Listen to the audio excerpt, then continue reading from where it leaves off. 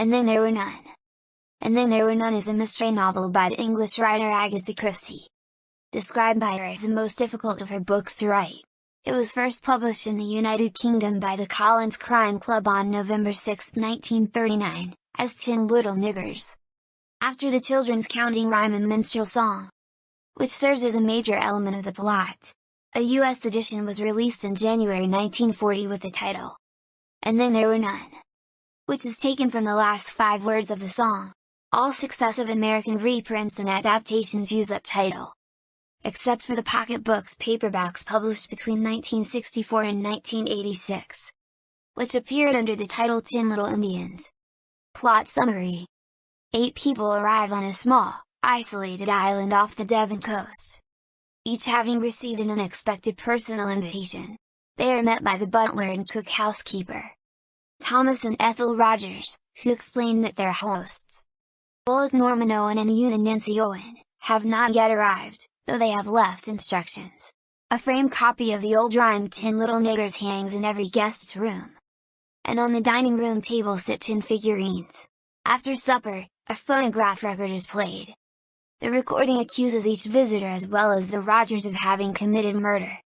Then asks if any of the prisoners at the bar wishes to offer a defense. The guests discover that none of them knows the Owens. And Mr. Justice Wargrave suggests that the name UN Owen is a play on unknown. Marston finishes his drink and promptly dies of cyanide poisoning. Dr. Armstrong confirms that there is no cyanide in the other drinks and suggests that Marston must have dosed himself.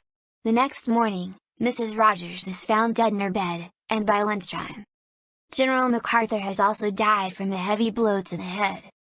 The guests realize that the nature of the deaths corresponds with the respective lines of the rhyme, and 3 of the figurines are found to be missing.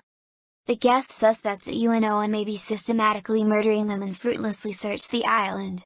But as the island has no hiding places, and no one could have arrived or left, they are forced to conclude that one of the 7 remaining persons must be the killer. The next morning, Rogers is found dead while chopping wood. And Emily Brent is found dead in the drawing room, having been injected with potassium cyanide. After Wargrave suggests searching all the rooms, Lombard's gun is found to be missing. Vera Claythorne goes up to her room and screams when she finds seaweed hanging from the ceiling. Most of the remaining guests rush upstairs, and when they return, they find Wargrave still downstairs, crudely dressed in the attire of a judge with a gunshot wound to the forehead. Dr. Armstrong pronounces him dead. That night, Lombard's gun is returned, and Bloor sees someone leaving the house. Armstrong is absent from his room. Vera, Bloor, and Lombard decide to stick together and leave the house. When Bloor returns for food, he is killed by a marble clock shaped like a bear that was pushed from Vera's windowsill. Vera and Lombard find Armstrong's body washed up on the beach, and each concludes the other must be responsible. Vera suggests moving the body from the shore as a mark of respect, but this is a pretext to acquire Lombard's gun. When Lombard lunges at her to get it back, she shoots him dead. Vera returns to the house in a shaken, post-traumatic state. She finds a noose and chair arranged in her room and a powerful smell of the sea. Overcome by guilt, she hangs herself in accordance with the last line of the rhyme. Scotland Yard officials arrive on the island to find nobody alive. They discover that the island's owner, a sleazy lawyer and drug trafficker called Isaac Morris, had arranged the invitations and ordered the recording. But he cannot be the killer, as he had died of a barbiturate overdose on the night the guests arrived. The police reconstruct the deaths with the help of the victims' diaries and a coroner's report and eliminate several suspects since, after each of their deaths, items had inexplicably been moved. For example, the chair on which Vera stood to hang herself had been set back upright. They also exclude Bloor since suicide by falling clock seems highly unlikely.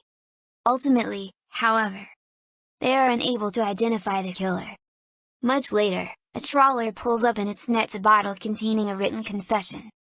In it, Mr. Justice Wargrave recounts that all his life, he had had 2 contradictory impulses, a strong sense of justice and a savage bloodlust.